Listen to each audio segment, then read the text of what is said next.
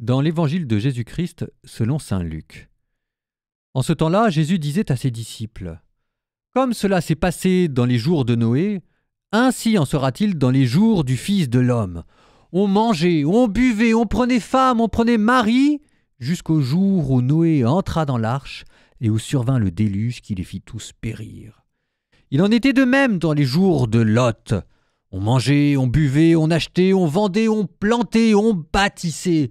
Mais le jour où Lot sortit de Sodome, du ciel tomba une pluie de feu et de soufre qui les fit tous périr. Cela se passera de la même manière, le jour où le Fils de l'homme se révélera. En ce jour-là, celui qui sera sur sa terrasse et aura ses affaires dans sa maison, qu'il ne descende pas pour les emporter. Et de même celui qui sera dans son champ, qu'il ne retourne pas en arrière. Rappelez-vous la femme de Lot. Qui cherchera à conserver sa vie la perdra, et qui la perdra la sauvegardera. Je vous le dis, cette nuit-là, 2 personnes seront dans le même lit. L'une sera prise, l'autre laissée. 2 femmes seront ensemble en train de moudre du grain. L'une sera prise, l'autre laissée. Prenant alors la parole, les disciples lui demandèrent : « Où donc, Seigneur ? » Il leur répondit : « Là où sera le corps, là aussi se rassembleront les vautours. »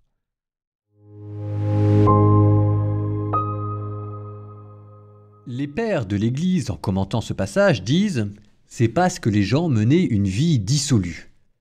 Une vie dissolue, je vois à peu près à quoi ça correspond en termes de débauche, d'adultère, mais quand je lis l'Évangile, en fait de vie dissolue, je lis « on mangeait, on buvait, on prenait femme, on prenait mari, on achetait, on vendait, on plantait, on bâtissait ».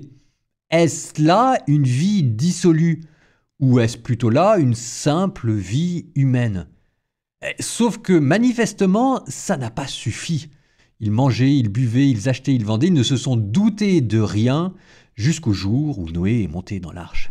Et peut-être en fait, c'est là le problème. Ils ne se sont doutés de rien.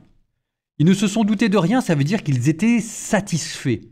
Ils étaient satisfaits de la vie qu'ils menaient, et la vie que nous menons peut, à bien des égards, être satisfaisante, mais enfin, nous voyons tous autour de nous qu'il y a des choses à changer, il y a des maux à combattre, et il y a une certaine forme de vigilance contre certaines tentations, contre certaines institutions qui parfois se cassent la figure et qu'il faut remonter, contre l'attention qu'il faut porter à chacun d'entre nous.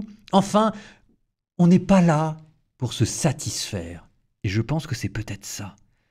Toujours dans le même évangile, Jésus dit à un moment « Malheureux vous qui êtes repus, vous aurez faim ». Alors je ne dis pas, et Jésus ne dit pas non plus qu'il ne faut pas savoir profiter des humbles joies de la vie ou même de la vie tout court. Jésus avait la réputation d'être un ivrogne et un glouton. Mais entre profiter de la vie au sens de savoir jouir du moment présent et être un bon vivant, et être rassasié, repu, satisfait, vous sentez toute la différence qu'il y a là. Et la différence entre les deux, c'est ce qu'on appelle la vigilance. Donc, méfions-nous de nous-mêmes et méfiez-vous du jour où votre désir s'émousse.